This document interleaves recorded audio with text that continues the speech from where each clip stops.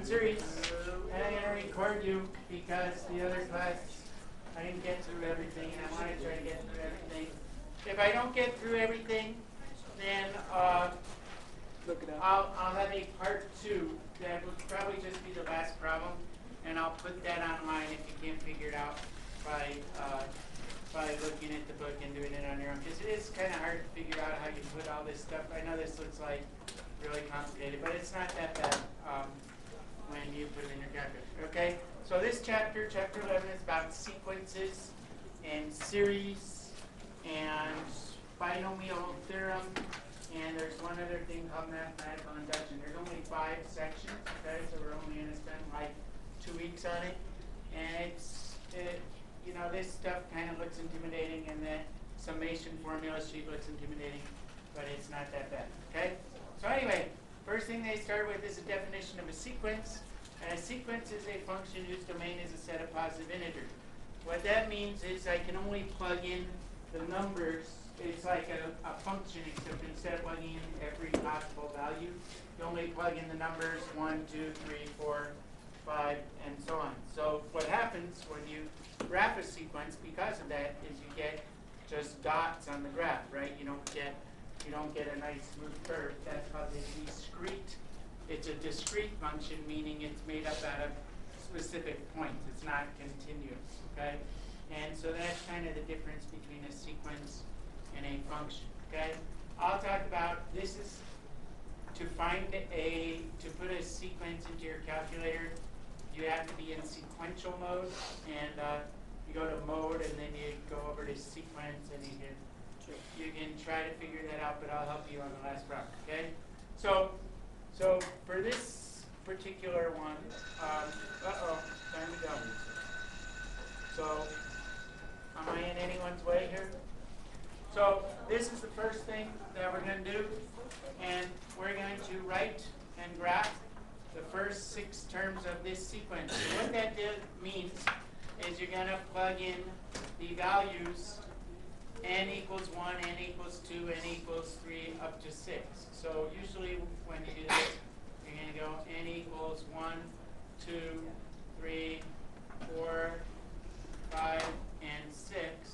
And when I plug in 1 in here, I get, this says plus, right? You see that? What, 1 plus 1, I know you know that one. 2. Oh, you guys are so smart. No wonder you're in advanced. Okay, 2. So that's 2. What's negative 1 to the second power? 1. 1. So this first term is going to be 1 times 2 over 1, which is 2. So that first term is 2. Yes? Yes. See that? Right? Did I do that right? I did that right. So the next term, you plug in 2 in here. So negative 1 raised to the third power is what? Negative 1 times 2 over 2, which is 1. So this is negative 1 times 1, which gives you negative 1. Okay? The next term, you plug in 3 in here, which what's 3 plus 1 is 4. What's negative 1 to the fourth power? 1. So this is 1 times 2 over 3, which gives you 2/3. Okay? And then as you go up, the next term would be negative, because really all this is doing is making the signs alternate from positive to negative. See that? The negative 1 raised to the n plus 1 is making those signs alternate. So this is like a sine wave decays? Is it like yeah, kind of like that. I mean, it would look kind of like that. It isn't 1, but so this would be 2 over 4, which would be negative 1/2. Okay, and this one would be positive, right? And it'd be 2 over 5, so it'd just be 2/5, right? And the next one would be negative 2 over 6 would be negative 1/3. Okay, so that's what this definition of that sequence gives you. That, okay? That those numbers and these are your a sub n's equal that, okay? Write a graph of the first 6 terms of this sequence. So this is kind of a weird sequence in that depending on what value of n you're at, it has a different rule, okay? So if n is even, and 1 over n if n is odd. So is 1 even or odd? Odd, so that's 1 over 1, which is just 1. Right? Now it's even, so this is just what? 2. Now it's odd, so it's 1 over 3. Now it's even, so it's just n. Now it's odd, so it's 1 over 5. And now it's even, so it's just 6. Okay? So that's an example of a sequence in which the rule has two different rules for that. Question so far? Easy? Wait. Okay. Now we're moving on. So now you're going backwards. Okay? So you have to figure out how to write this in terms of a sequence. So what you want to find is A sub n, right? And so, or C sub n, A sub n. So do you see how this is going up by values? So this is so for n equals, let's just, you want to find a sub n, but let's just go by n equals 1, 2, 3, 4. So I know that this can be written as, this is e to the first power, right? Yes? So this is e to the 1 divided by 1, okay? And this is e to the 2 divided by 2. And this is e to the 3 divided by 3. And this is e to the 4 divided by 4. So how can I write that for a sub n? Anyone can tell me a rule? Would it Go ahead, Nathaniel. would it be x to the power of n divided by n? E to the power of n. Or E to the power of n divided by n. Okay? So some of these you just kind of have to look at them and try to figure it out. Okay? I'm going on to the next one because I want to move fast. This one should be a 27 right there. Okay, not a 29. That's a typo. Anyone want to guess what that is? It's 1 over 3. 1 over 3 squared. 3n. Well, almost. Okay? So for n equals 1, 2, 3. So for n equals 4, so this is 1, the first term, second term. 1 over 1 over 3. Almost. 1 over 3 3 is to the n minus 1. Woo! Very good, Nathaniel. Okay? So Nathaniel said, I think it's 1 over 3, but it's not quite 1 over 3. So it's 1 over 3 to the n minus 1. Okay? Because if I plug, you always start with 1, right? So if n equals 1, what's 1 minus 1 is 0? What's anything raised to 0? 1, right? So this gives you back 1. And then if I plug in 2 in here, I get 1 over 3 to the 1, which is 1 over 3, and so on and so forth. So this would be the formula for that. Another way to figure that out is something. No, you just kind of have to kind of do guess and check, and there isn't like a formula for figuring that out. So if we don't show a lot of work, we There actually is, but we don't know it yet. Okay? There actually is, but we don't. Yeah, for that one. No, but when we get, this is called the geometric sequence, and they will figure out the formula for finding how to find the equation for a geometric sequence, but not until the 2 chapters from now, 2 sections. Okay, so this one, when n is 1, you get, this is 1 over 1. This is negative 1 over 2. This is 1 over 3, right? Who wants to guess what this one is? Other than Nathaniel. Oh, come on. Who's got that? It's not that bad. This. I think I know it is the. Why don't you just write it out? Can we say if rules like if Oh yeah, that's true. That's right. Okay, it's negative 1 to the n minus 1 times 1 over n. Very good. Gross. Okay. 1 over n times, what goes in here? Negative It's negative 1. 1. The n minus 1. Or plus 1. Okay? It doesn't matter. So it's basically 1 over n, right? Except the sign changes. to make that sign change, I do this, because if n is 1, then I get 2, and 2 squared makes this thing positive, right? And then if n is 2, then I get 3, and that makes that negative, right? And so you could do that. If you did a minus sign there, it would work as well, because if you plug in 1 in there, 1 minus 1 makes 0, and negative 1 to the 0 is 1. And then if you plugged in 2 and if this were minus, it would still come out to be the same then. So plus or minus would work there. Okay, so that's good so far. We're all good? See, it's not that hard, is it? The next thing is called a recursive sequence. So in a recursive sequence, a recursive sequence is a sequence where you can't just plug in, like you can't just say, I want to know that 100th term and plug in some number for n. It's a sequence that depends on what happened before it, okay? So to know the 100th term, for instance, you would have to know the 99th term. To know the 99th term, we would have to find the 98th term, okay? So some sequences can be defined both recursively and explicitly. Explicitly is when you plug in a number and you get the answer, okay? Recursively, you have to know what comes before it. So if I want to write the first 5 terms of this, okay? 1, 2, 3, 4, 5. This is n equals, this is s sub n.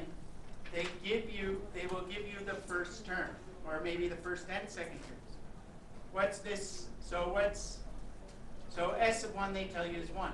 And what this says is everything after the first term, you multiply that by n, you multiply the previous term by n. So this says, take this term, which is s of n minus 1. So here, the previous term over here, this is called s of n minus 1 if I'm standing over here. So this term is what? 2. What's this term? 6. What's this term? 24. And this is? 96. No, 5 times 24. 120. These actually are, I think these are 1 factorial, 2 factorial, 3 factorial. You don't need to know. They are the factorial. They are the factorials, aren't they? We'll talk, factorial means 1 times 2, 2 times 2 times 1, 3 times 2 times 1, 4 times 2 times 2 times 1, 5 times 4 times 3 times 1. But if you didn't recognize that, it's okay. They just wanted you to do this, okay? So you could have generated this by going n factorial. That would be the explicit definition. This would be the recursive definition, where it depends on the previous term. Okay? Moving on. So this is one in which you have to know the 2 previous terms to find any subsequent terms. So it's kind of a good one. So you have, and this might look familiar to some of you, n equals 1, 2, 3, 4, 5. So the first 5 terms. So this says the first term is 1. And the second term is also 1. And then to find the term after that, meaning 2 terms after any initial term, what you do is add together the 2 previous terms. So if you're looking for u sub n plus 2, you add together u sub n plus 1 and u sub n. So what goes here? 2. What goes here? 3. What goes here? 5. 5, right? What goes next? 8. 8. So anyone know where this is called? Yep, that's a Fibonacci sequence, okay? 0 So, equals 0. 0, what? 0 equals 0. 0 equals 0. Where? Just kidding. Okay, so this is the thing that kind of looks intimidating, right? These things over here. And these, some of you say, one of the last class said, oh, this looks a lot like calculus, okay? And basically, this is kind of the idea that calculus is based on. And all this means is sum up all the numbers from 1 to n where where where k goes from 1 to whatever the ending point is. So this one, I don't know if that made much sense what I just said. So what this means is if I were to write this out, this would be 1 over 1 plus 1 over 2 plus 1 over 3 plus 1 over 4 dot, dot, dot, dot, dot, until I get to 1 over n. So if this were like 5, the last term would be 1/5. See? And that's just shortened notation for writing a sum. And it's a lot like the integral in calculus. Just in calculus, you take infinite sums. So you're adding together things that are infinitely close together. But that's why they kind of look like that. Okay? So this is, if I were adding together all the factorials. So this one would be 1 factorial plus 2 factorial plus 3 factorial plus 4 factorial plus dot, dot, dot, dot, n factorial. Yeah? So, and then if they asked you to actually find that sum, you could add all those numbers up. Okay? In the expanded form is traditionally just the first 4. No. So you add together. Yeah, just whatever. You know, just enough that you show that it indicates you know what it's doing. Right? Oh, yeah. Okay? All right. So that's right, the sum in expanded form. This is now you're going backwards. Good. So this is kind of the same thing going backwards. Oh, I might have time to do the last thing, which is, so write each using some notation. And so this one's easy, right? This goes from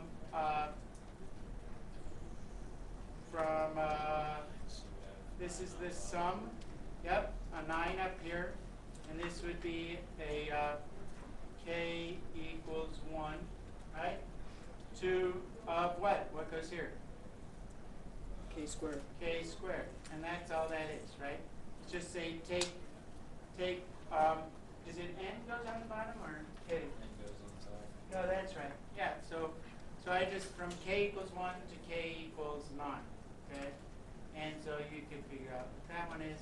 And this one, we're still going from k equals 1 to k equals, I don't know, but this, anyone thinks they know what this is? Yeah, I'll give you a hint. This can be written as 1 over 2 to the 0. This can be written as 1 over 2 to the 1. This is 1 over 2 to the 2. So it would be 1 over 2 to the k minus 1. Very good. Okay. So this is a tricky one. This is 1 over 2 to the k minus 1. That's a k there. And they don't give you any specific ending point. They just find the end term. So 1 over 2 raised to the k minus 1. That's a hard one. So why do you always start with k equals 1 instead of k equals 0? Is that just Because the way a sequence is defined, it's the numbers that you can plug in, it's number n equals 1 up to whatever. Okay? All right. Explain what K is exactly. K is called the index, I think. And it's just the number that you're plugging in for, right? You're plugging in n for. Right? So first I plug in 1 here, so it's 2 to the 1 minus 1, which would give you 2 to the 0. Right? And then you plug in 2 here, right? You plug in n equals 2. Plug in n equals 2, I get 1 over 2, which is that. So that's a tricky one. Okay, so now these ones here, find the sum and difference of each sequence, or the sum of each sequence. So I'm going to blow this whole thing up. I know I'm going fast, but I want to have a little bit of time at the end.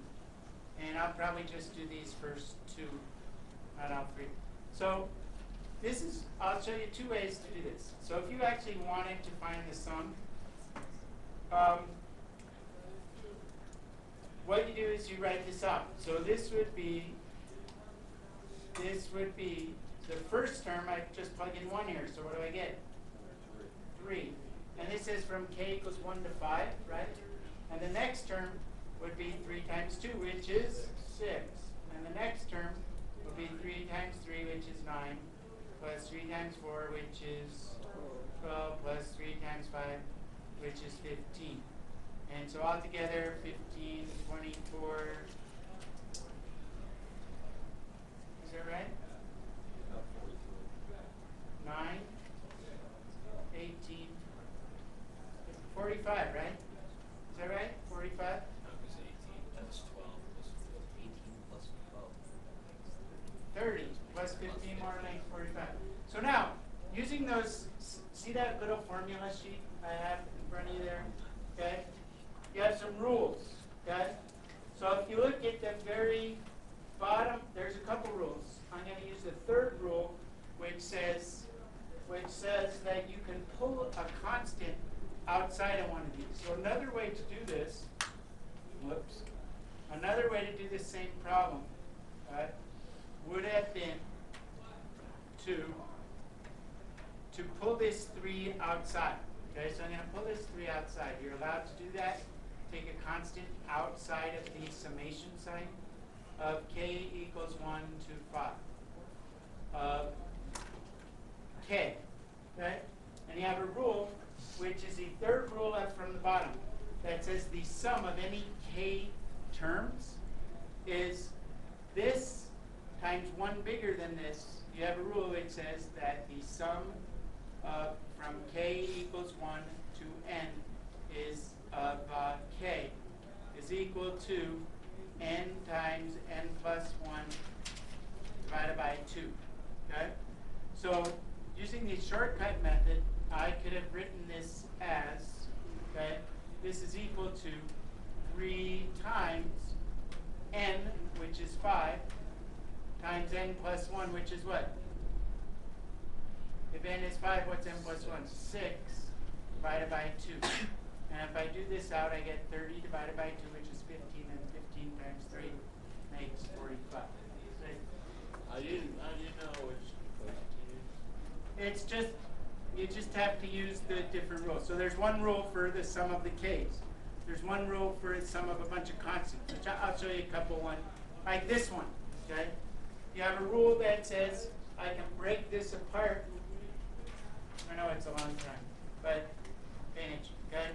You can break this apart into 2 separate, which one is this? The third one down.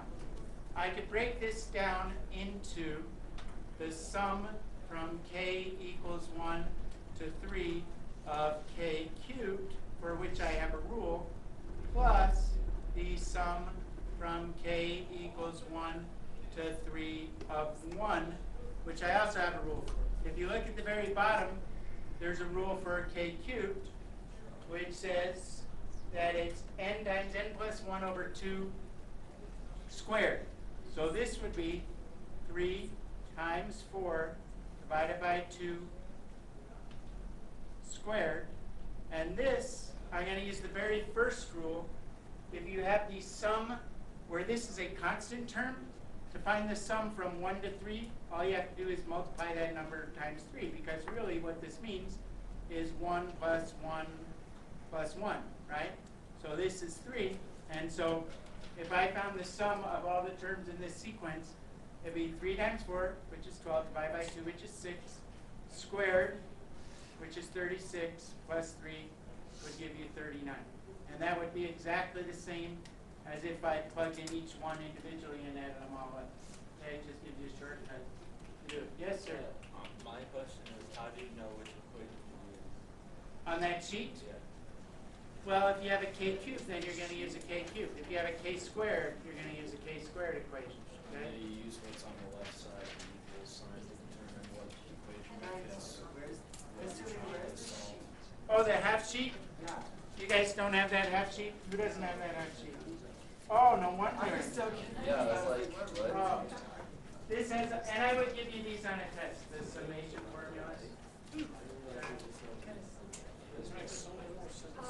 Sorry. One more. Do you have one, Julia? Or Kayla? So, the very last thing, and I'm going to try to give you I'm gonna try to give you 5 minutes to, if you need to print out your projects, okay? So, the very last thing deals with these formulas, and these are recursive formulas. This one is if you, like if you were investing something, this is the amount that you start with, okay? This is your starting amount. And this is how they figure out, like, if you're gonna buy a car or something, this is how they figure out, like, what your payments are gonna be. And this is like if you were borrowing a car. If you're buying a car and you were gonna make loan payments on it, this would be your starting amount. So your starting amount. So these two formulas, this is if you're paying down a loan, this is if you're investing. This one is if you're getting, your interest is getting compounded every month. And this one, it depends, like over a year you would put 365 here, and we've done something similar to this. This means the previous term, and this amount here is how much you're adding each month, okay? Or in the case of a loan, this would be your payment each month. So doing this problem, it says a trip will cost $450 and a full payment is due March 2nd. To have the money as student on September 1st, deposits $100 in a savings account that pays 4% per annum monthly. On the first of each month, the student deposits $50. So in this case, this amount is 50, okay? This is 0.04, right? This is what?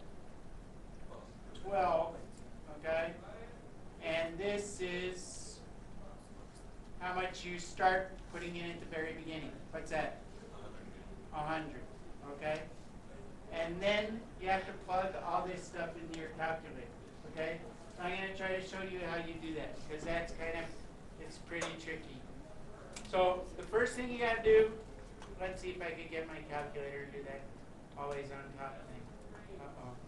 I just lost, oh, I could go back. How do I get back to my calculator? There we go. I'm still recording. It's okay. Yeah. So,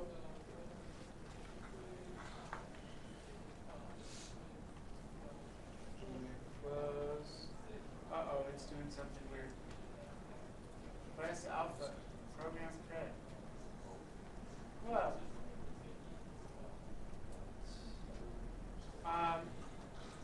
What did you do? That doesn't look right. menu that it shows when your calculator's running out of batteries in real life. So Do you? Spread. What? Spread. Fred? That was the program. Oh! Why isn't Fred? I want to close this. See your cycling team. That was clear. Okay, so the first thing you want to do with these is you want to go to mode. Okay, where's mode? Mode. And make sure that this is selected. Sequence mode. Okay? Sequence mode. Once you're in sequence mode, then when you go into y equals, you get something that looks scary like this, right? This is not that bad. So what you're going to do is up here, you're going to plug in your starting amount. Oh no, up here you're going to plug in 1. That's your first term. Will it Okay? always be 1? That's your first term, yes. Okay? Then over here, that's where you put in your formula. Okay? So that formula was in parentheses, okay? 1 plus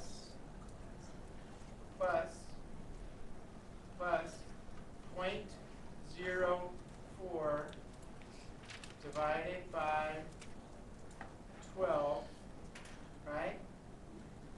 Close parentheses times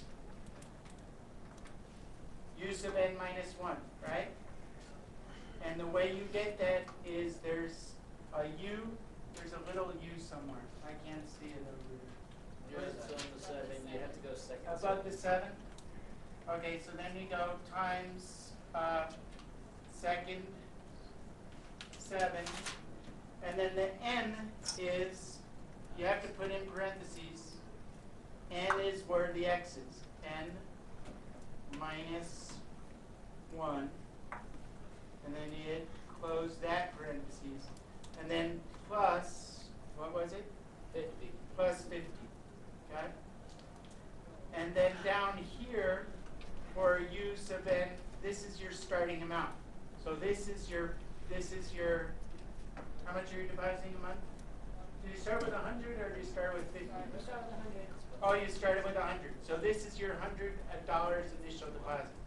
So this is use of one. Okay? So that's how you put it in. Now if you go to second table, and hopefully I did this correctly, second table, please work. Why is it up there? Oh, I want to go to second table set, and I want to go to auto. I want to hit table start at 1.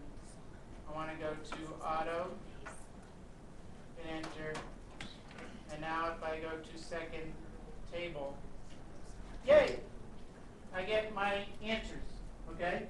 So the first question asks you, it says, find out we did that. Find the months of the annuity for the first 6 months. So after the first month, at the very beginning, you'll have $100, right? After 1 month, well, which is really at the beginning of month 2, you'd have $150.33 because you've made interest on that $50 or on that $100, right? And then you're going to deposit $100 or $50, excuse me, and so you're going to have $200 plus the interest made on that $150.33. So when they talk about this is why you should put money in an annuity, okay? So after 6 months, that's how much you would have in your account, okay? And then what's the next question ask you? It says, after deposit on March 1st, will there be enough in the account? So full payment is due March 2nd, so it's September 1st. Can you So go back to your why you told me hold on. Yeah, September 1st, October 1st, November 1st, December, January, February, March. Will you have enough money? March 1st, $404. You have enough money No. to pay for the trip? No. And then it asks you what happens if you change the interest, or if you change that amount you're depositing to $60, okay? So then what you do, all you have to do there is you change this number to 60 up here, and then the answer to that question would be yes. So if I hit 60, change this to a 6, and then I go second table, then you can see that on the 7th month I'd have $465. Right at that. And the annuity, or excuse me, paying off the loan works the same thing, except you're subtracting something each month instead of adding it. All right. Can you go Okay. why?